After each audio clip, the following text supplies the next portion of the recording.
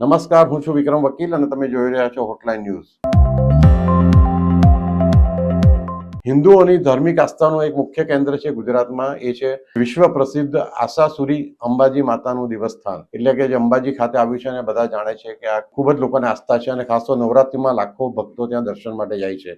હવે આમ જે મંદિર છે તેમાં નવરાત્રિમાં આઠમને દિવસે કોઈ પણ ભક્તને અંદર મંદિરના પરિસરમાં પ્રવેશવાની છૂટ હોતી નથી, કારણ કે એવું કહેવાય છે કે રાજવીઓ જે હતા, દાંતા સ્ટેટ હતું પહેલા, જે અંબાજીનું મંદિર છે, દાંતા સ્ટેટને 1948માં ભારત સાથે વિલીનીકરણ થયું, પરંતુ જે રાજવીઓ હતા એ વખતના સ્ટેટના, એમના કુટુંબ સિવાય કોઈને આઠમને દિવસે પૂજા કરવાની કે હવન કરવાની અનુમતિ આપવામાં આવતી નથી. આ બાબતે કોર્ટમાં અને નીચલી કોર્ટમાં પણ ગયા હતા કેટલીક વ્યક્તિઓ. ત્યારે નીચલી કોર્ટે એમની આ રાજવીઓની જે માંગણી હતી મંજૂર રાખીને આ અરજી વિરુદ્ધ ચુકાદો આપ્યો હતો. હવે હાઈકોર્ટે એવો ચુકાદો આપ્યો છે કે પૂર્વ રાજવી પરિવાર મંદિરની મિલકત પર માલિકી કે પૂજા દરમિયાન બીજા શ્રદ્ધાળુઓને રોકવાનો દાવો કરી શકશે નહીં.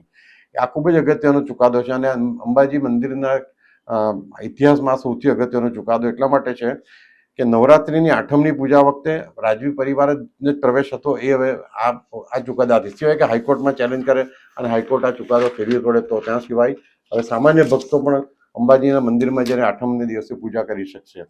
હાઈકોર્ટ એમ પણ કહ્યું છે કે ચેરિટી કમિશનર અને જિલ્લા કોર્ટના જે અગાઉના આદેશો છે એને રદ કરવામાં આવે છે અને જે અગત્યના દસ્તાવેજ છે એ નીચલી કોર્ટને, એટલે કે એમનું કહેવું છે, હાઈકોર્ટનું કહેવું છે કે મંદિર એ જાહેર મંદિર છે અને ગુજરાત એટલે કે બોમ્બે પબ્લિક ટ્રસ્ટ એક્ટ હેઠળ એની મંજૂરી આપવામાં આવી છે, એટલે કોઈની ખાનગી માલિકીની આ મિલકત નથી.